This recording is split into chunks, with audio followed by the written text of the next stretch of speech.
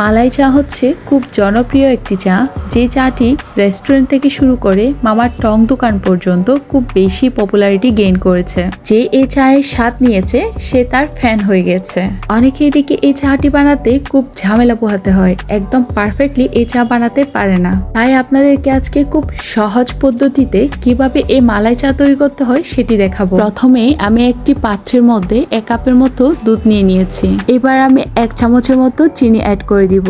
আপনারা যতটুকু পরিমাণ মিষ্টি খান ততটুকু পরিমাণে চিনি অ্যাড করবেন। এখন আমি বলক আসার জন্য ওয়েট করছি।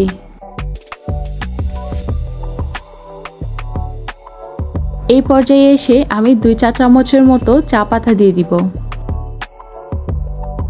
এবার চা পাতা থেকে লিকারটি বের হয়ে দুধের সাথে মিক্স হয়ে ব্রাউন কালার হওয়া অবধি ওয়েট করছি।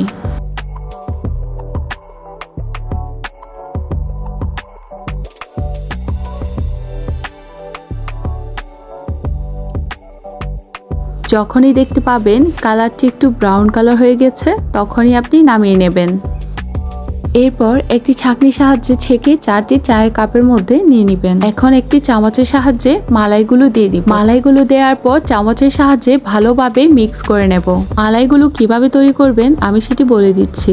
1 লিটার দুধকে জাল করে 1/2 লিটার করে নেবেন। 1/2 লিটার করার পর উপরে যে শর্টটি বসবে সেটি হচ্ছে মালাই। এই যে দেখতে পেলেন খুব সুন্দরভাবে রেডি হয়ে গেছে মালাই চা।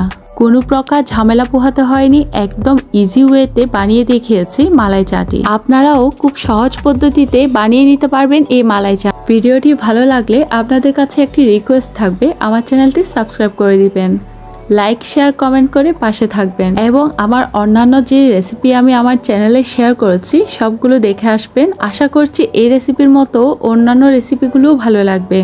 আজকের মতো এই পর্যন্তই। আল্লাহ হাফেজ।